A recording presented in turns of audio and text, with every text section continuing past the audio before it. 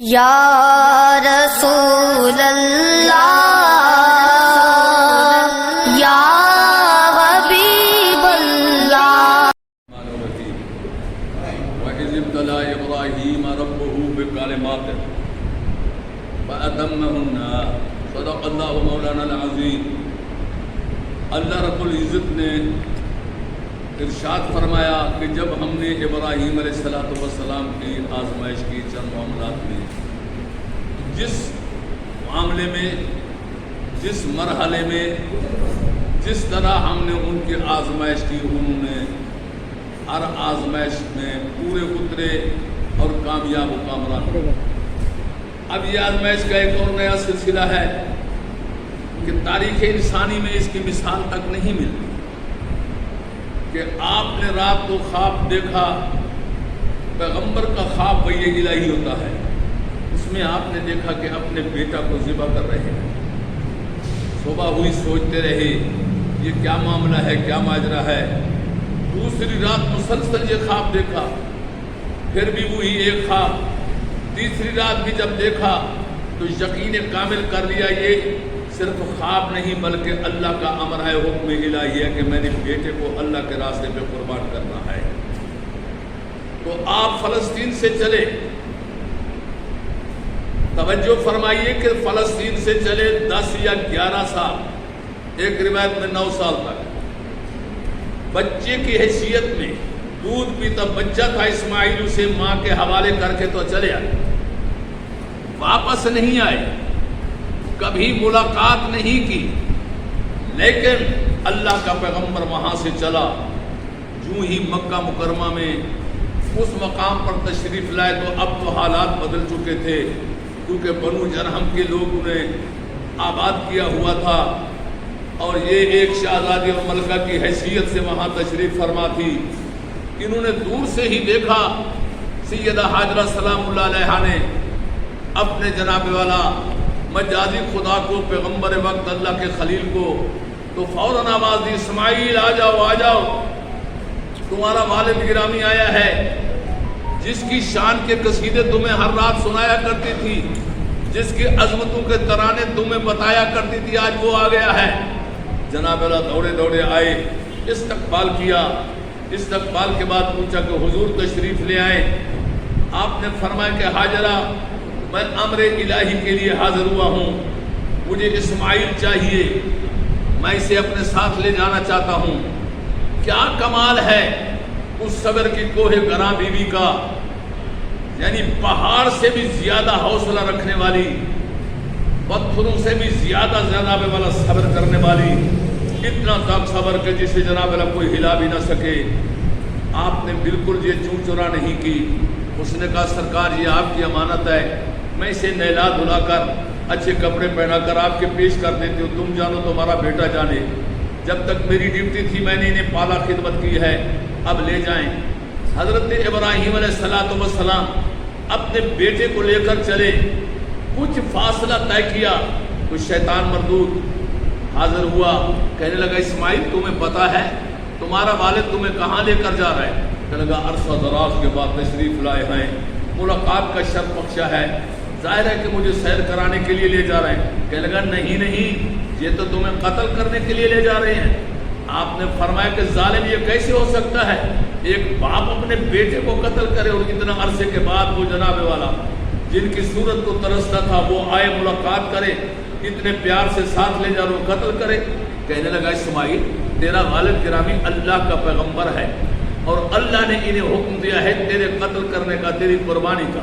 جب یہ بات سنی تو جناب اسماعیل نے کنکریاں اٹھائیں اور اس طرح ہماری اخرج منی نکل جا مردود مجھ سے، اگر میرے اللہ کا حکم یہی ہے کہ میرے باپ کو یہ حکم ہے کہ میری قربانی سے اللہ راضی ہوتا ہے تو یہ ایک جان ہے، اگر 1,00,000 جان بھی ہو تو میں اللہ کے امر پر قربان کرنے کے لیے تیار ہوں۔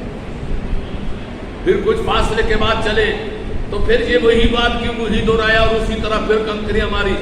تیسرے مقام پر پہنچے تو پھر وہی معاملہ دہرایا، آپ نے کنکریاں ماری۔ خالق کائنات کو اسماعیل کی یہ صبر و استقامت اور رضا الہی کی یہ ادا پسند آئی، فرمایا تو نے جس طرح شیطان کو کنکریاں ماری ہیں تا دم حشر قیامت تک جو میرے دروازے پر آئے گا میرے گھر کا حج کرنے کے لیے، میں تیری سنت کو ہمیشہ کے لیے قائم رکھوں گا اور اس شیطان کو اسی مقام پر جناب والا کنکریاں مرواؤں گا۔ جمرات جنہیں کہتے ہیں، جمرات اولا، جمرات ثانی، جمرات عقبہ، تو یہ سلسلہ وہاں۔ اب چلے مقام مینا پر۔ مقام مینا پر جب پہنچ گئے، تنہا باپ بیٹا ہیں، خالق کائنات دیکھ رہا ہے اور جناب والا پورے جنت کی نقاب الٹ کر دیکھ رہی ہے یہ منظر، ملائکہ دیکھ رہے ہیں کہ مولا ایک باپ تیرے حکم پر اپنے بیٹے کی گردن پہ چھری چلائے گا، ایسا حسین و محجبین بیٹا جسے اتنا عرصہ تک ملا بھی نہیں، سال میں چھوڑ دیا، اور کیا یہ بیٹا جس نے باپ کی ایک دن کی بھی محبت نہیں دیکھی، کیا وہ فرما برداری کرے گا؟ آواز قدرت آئی، ذرا دیکھو تو صحیح، ذرا دیکھو تو صحیح کمال صبر ان کا۔ جناب والا آپ نے اسماعیل کی طرف دیکھا، دست بستہ عرض کیا، ابا حضور آپ کے رویے سے معلوم ہوتا ہے آپ کچھ فرمانا چاہتے ہیں۔ آپ پھر خاموش ہو گئے، پھر چند لمحوں کے بعد دیکھا، عرض کیا ابا حضور آپ کے دل میں کوئی بات ہے جو بتا نہیں رہے۔ آپ پھر خاموش رہے، تیسری مرتبہ جب اس طرح دیکھا تو دست بستہ عرض کیا، ابا حضور جو کہنا ہے وہ کہہ دیجیے۔ آپ نے فرمایا کہ اسماعیل تو جانتا میں اللہ کا پیغمبر ہوں، میں اللہ کا پیغمبر ہوں اور میرا خواب جو ہے وہ بھی وہی الہی ہوتی ہے۔ اور تو جناب والا عرض کیا، حضور فرمائیے، قال یا جناب والا یا بنیا انی ارا فی المنام انی اذبحک فانظر ماذا تری۔ اے میرے پیارے بیٹے، میں نے خواب میں دیکھا ہے کہ تمہیں ذبح کر رہا ہوں، تمہاری گردن پہ چھری چلا رہا ہوں اور یہ امر الہی ہے۔ فانظر ماذا تری، پھر تو دیکھ کیا چاہتا ہے۔ اب یہ الفاظ کہہ کر جناب ابراہیم دم بخود ہو گئے، ساکت ہو گئے، دل ہی دل میں کہہ رہے تھے میں نے تو ایک دن اس کو سمجھایا نہیں، اس کی تربیت نہیں کی، اس کو تعلیم نہیں دی، اس کی ٹریننگ نہیں دی، اللہ اس کی زبان سے نہ نکلے۔ کمال جائیے کہ اس ماں کی تربیت پہ اور اللہ تعالیٰ کے جناب والا عطا پر، جس نے جناب والا اپنے نبیوں کی تعلیم و تربیت کا انتظام اس نے اپنے ذمہ لیا۔ حضرت اسماعیل علیہ السلام نے جب یہ بات سنی تو قال یا ابت فعل ما تؤمر، عرض کرنے لگا ابا حضور دیر کس بات کیا، جو تمہیں حکم دیا گیا اس حکم کی تعمیل کرو، اس حکم کی تعمیل کرو۔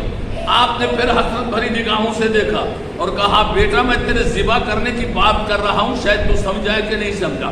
ابا حضور میں سمجھا ہوں، میں تمہارا مطلب آپ سمجھا ہوں کہ شاید کہ ذبح ہونے کے وقت میں بے صبر ہو جاؤں۔ ستجدنی انشاءاللہ من الصابرین، ان قریب تم چھری چلاؤ مجھے صبر کرنے والوں میں سے پاؤ۔ تو جب جناب والا چھری چلانے کے لیے لٹانے لگا، عرض کیا ابا حضور ایک بات کروں، پہلے میری آنکھوں پہ پٹی باندھ دیں، ہو سکتا ہے کہ چھری کو دیکھ کر میرا دل دہلے، میرا جسم کانپے، تو کہیں تمہاری قربانی نہ منظور نہ ہو جائے اور میری قربانی میں بھی کوئی جلا جائے۔ میں اللہ کی رضا کے لیے بنتا کہ مجھے پتہ بھی نہ ہو اور میں اللہ کی بارگاہ میں اپنی جان کا نذرانہ پیش کروں۔ اور کہا اپنی آنکھوں پر بھی پٹی باندھو، اس لیے کہ جناب والا تاکہ آپ شفقت پدری کے تحت کہیں میری معصوم گردن پر چھری چلاتے ہوئے آپ کے ہاتھ میں لفظ طاری نہ ہو۔ جناب والا چشم فلک نے عجیب منظر دیکھا، مقام مینا ہے، ہر طرف فلک بوز پہاڑ ہیں، تنہا باپ بیٹا ہیں، اس کے حکم کی جناب والا تعمیر کر رہے ہیں، اس کی رضا پر عمل کر رہے ہیں۔ تو جناب جب آپ نے چھری چلائی، اللہم لک منک بسم اللہ اللہ اکبر کہا، جناب والا پھر دیکھا، جناب آنکھوں سے پٹی اتاری تو کچھ بھی نہیں چلا۔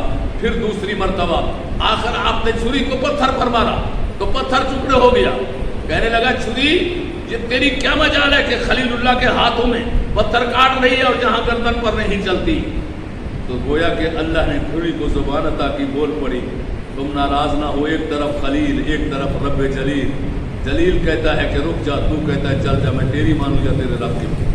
مولا یہ کیا بات ہے؟ پھر آنکھوں کو پٹی ماری، پھر جوش میں کر بسم اللہ اللہ اکبر کیا، آواز قدرت جبریل، میرا خلیل میری رضا پر عمل کرنے کے لیے جذبوں سے سرشار ہو چکا ہے اور اسماعیل صبر کی انتہا کر رہا ہے۔ جلدی کرو، اسماعیل کی پیشانی میں تو میرے حبیب کا نور ہے۔ مقصود تو تھا اس جاب ابراہیم کو اور اسماعیل کو آزمانا، جنت سے دمبا لے کر آؤ، اسماعیل کو ہٹا دو اور دمبے کو رکھ دو۔ اور یہاں یہ بھی عرض کروں، آپ نے چھری چلاتے وقت اپنے بیٹے کے کسی جسم کے حصے پر ہاتھ نہیں رکھا ہوا تھا، بلکہ ایک ہاتھ سے چھری چلا رہے تھے۔ اگر یہ ہوتا ہاتھ رکھے ہوتے تو آپ کے ہاتھ سے جب اسماعیل کو سرکاتے یہ محسوس ہو جاتا، جب دوسرا دمبا لاتے تو اس پر ہاتھ چلتا تو محسوس ہو جاتا یہ کوئی اور چیز ہے، لیکن ہاتھ اسی طرح تھا، چھری اس طرح چل رہی تھی اسی گردن کے اشارے پر۔ جبریل امین نے جناب والا ہٹایا، اور جب آپ نے چھری پھیری تو کہا الحمدللہ، خوش ہو گیا کہ میں نے اسماعیل کو قربان کر دیا۔ کہ جب جناب آنکھوں سے پٹی کھولی، اسماعیل ادھر بیٹھا تھا اور دمبا ذبح ہو چکا تھا۔ آواز قدرت و نادیناہ یا ابراہیم قد صدقت الرؤیا، ہم نے بلند آواز سے کہا ابراہیم تو نے اپنا خواب سچا کر کے دکھا دیا، تو نے خواب کی تعمیل کر کے دکھا دیا ہے۔ ہمیں اسماعیل کا ذبح ہونا منظور نہیں تھا، ہم نے تیرے جناب اللہ جذبہ اثار کو دیکھنا تھا اور اسماعیل کے صبر کی آزمائش کرنی تھی۔ یارو ذرا سوچو تو صحیح، جتنا فرما بردار سے فرما بردار بیٹا ہو، دو تماچے بھی اگر اس کا والد اسے لگا لے تو وہ بھی دور ہو کر گھن گھن کرنا شروع کر دیتا ہے۔ کمال جناب علیہ حضرت اسماعیل علیہ السلام کی، اور جناب والا کہ اف تک بھی نہیں کی۔ قلندر لاہوری علامہ اقبال رحمۃ اللہ علیہ فرماتے ہیں یہ فیضان نظر تھا یا کہ مکتب کی کرامت تھی، سکھلائے کس نے اسماعیل کو آداب فرزند دی۔ یہ ماں کے دودھ کا کمال تھا، یہ ماں کی محبت کا کمال تھا، جو ہر وقت والد کی شان کے ترانے بیان کرتی تھی، والد کی عظمت کی جناب والا گن گاتی تھی۔ اور جو عورت اپنے خامن کی اپنی اولاد کے سامنے تعریف کرے گی، توصیف کرے گی، ان کو اپنے معاملات میں دخل نہیں دینے دے گی، کہ وہ جناب کامیاب ہے اور اللہ تعالیٰ کی رضا پر عمل کرنے والی ہے۔ کہ جو عورت اپنے بچوں کو یہ شکایتیں کرے تمہارا باپ تو ایسے بس میں وقت پاس کر رہا ہوں، تمہارا باپ نے یہ کیا، تو یقین جانیے وہ اولاد صرف نافرمان والد کی نہیں ہوتی، بلکہ وہ عورت جو سبق دینے والی وہ بھی ذلیل و رسوا زندگی گزارتی ہے۔ تو اس پوری قربانی کے اندر اللہ تبارک و تعالیٰ نے امت مسلمہ کے لیے ایک جذبہ رکھا ہے۔ میرے نبی پاک صلی اللہ علیہ وسلم نے اس قربانی کی یاد کو اپنے دست مقدس سے جناب والا کہ ادا کر کے اپنی سنت بنا دیا قیامت کے لیے۔ اسی لیے تو کہتے ہیں ہاذا سنتی و سنت جدی ابراہیم خلیل اللہ، یہ میری بھی سنت ہے، میرے جد ماجد ابراہیم علیہ السلام کی بھی سنت ہے۔ یہ بھی مدینے والے کا کرم ہے کہ اگر جناب والا کہ ان کی پیشانی میں نور مصطفیٰ نہ ہوتا، ان کی جلوہ گری دانا جنتا کے لو ساجد اللہ ساجدن کے تحت نہ ہونی ہوتی تو اسماعیل ذبح ہو جاتا، تو آج لوگوں کو جناب اللہ اپنے بیٹوں کی گردن پر چھری چلانی پڑتی۔ یہاں ایک بات یہ بھی عرض کروں کہ بہت سے لوگ کہتے ہیں کہ جناب والا کہ یہ اللہ تبارک و تعالیٰ نے جو فرمایا وَفَدَيْنَاهُ بِذِبْحٍ عَظِيمٍ، ہم نے اس کے بدلے میں بہت بڑا فدیہ دے دیا ہے۔ وہ فدیہ کیا ہے کہ بعض لوگوں نے یہ لکھا ہے کہ یہ فدیہ وہ ہے کہ جب چھری چل رہی تھی، آسمان کے فرشتے دم بخود تھے، حوریں ساکت تھی، غلمان جناب اللہ لرز رہے تھے، کائنات میں جناب اللہ سکوت طاری تھا۔ اللہ نے آواز دیا روح عالم نے ہے کوئی اسماعیل کا بدلہ بننے والا، فدیہ بننے والا، تو ہر روح خاموش رہی۔ کہتے ہیں کہ بعض تفاسیر میں آتا ہے کہ روح حسین نے لبیک کہا، مولا میں حاضر ہوں۔ آواز قدرت آئی تو حاضر تو ہے لیکن یہ نبی ہے تو نبی نہیں ہے کہ ایک کے بدلے میں ایک کیسے؟ مولا اس کی پیشانی میں میرے جد ماجد کا نور مقدس ہے، آج اسماعیل کو تو بچا دے، میں اس کا فدیہ بنتا ہوں، کربلا میں ایک کے بدلے میں 72 ادا کر دوں گا۔ تو اللہ تبارک و تعالیٰ نے فرمایا وَفَدَيْنَاهُ بِذِبْحٍ عَظِيمٍ۔ اللہ تعالیٰ اس سنت میں ہر مسلمان کو یہ قربانی، خالق کا کرم ہے کہ آج ہمیں جانوروں کا حکم دیا گیا ہے، ورنہ تو جناب اللہ بیٹوں کو ذبح کرنا پڑتا تھا۔